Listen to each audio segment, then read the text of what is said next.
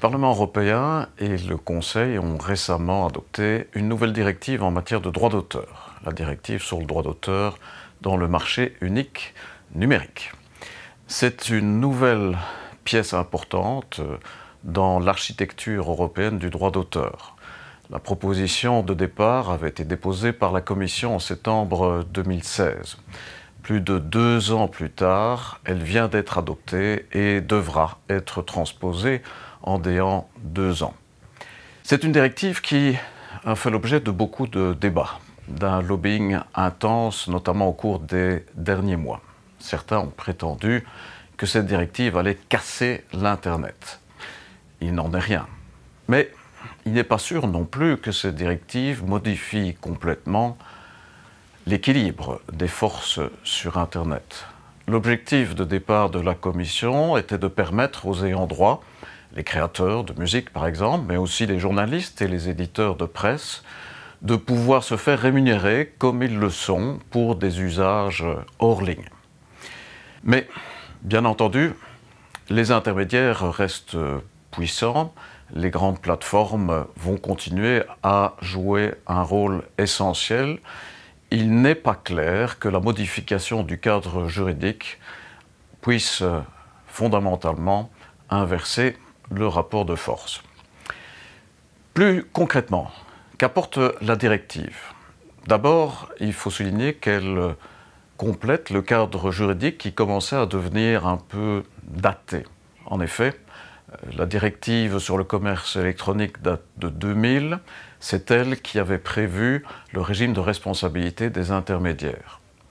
Le droit d'auteur avait été, lui, défini dans une directive de 2001 sur le droit d'auteur dans la société de l'information. Ces deux directives sont en fait complétées par la nouvelle directive. Cette nouvelle directive, en gros, elle consacre 1. De nouveaux droits, 2. De nouvelles exceptions et 3. Précise l'exercice sur Internet du droit d'auteur en accroissant la responsabilité des plateformes. Commençons par le nouveau droit, le plus important, celui des éditeurs de presse. La directive confère aux éditeurs de presse des droits similaires à ceux dont bénéficient les auteurs. Et désormais, ils pourront donc directement faire valoir leurs droits, ce qui n'empêchera pas les plateformes de continuer à utiliser de très courts extraits des articles publiés dans la presse. Deuxième bloc, les exceptions. Et parmi les exceptions, je voudrais souligner la directive pour la fouille de textes et données. Pourquoi? Parce qu'elle est importante dans le cadre des développements futurs de l'intelligence artificielle. Pour ces outils d'intelligence artificielle, on doit utiliser d'importantes bases de données et il se peut bien entendu que certains éléments de ces bases soient protégés, notamment par le droit d'auteur. D'où l'importance d'introduire une exception. L'exception de départ avait été prévue uniquement pour les organismes de recherche. Elle a été étendue, ce qui devrait faciliter le travail de tous ceux qui développent à partir de données servant pour l'apprentissage machine, tous ceux qui développent de nouveaux outils d'intelligence artificielle.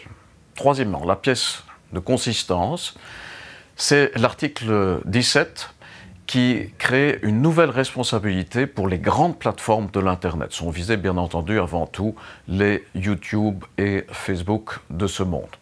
La directive crée un nouveau droit de communication qui s'applique directement à ces plateformes de l'Internet. Ne sont pas visées les plateformes qui ne suivent pas un objectif lucratif, par exemple Wikipédia. Ce qui est également intéressant, c'est que le système de responsabilité mis en place est gradué, en ce sens que les petites plateformes, celles qui sont des start-up de moins de 3 ans ou qui ont moins de 10 millions de chiffre d'affaires, ont des responsabilités moins grandes que les grandes plateformes. On verra en pratique si la transposition du texte changera la donne.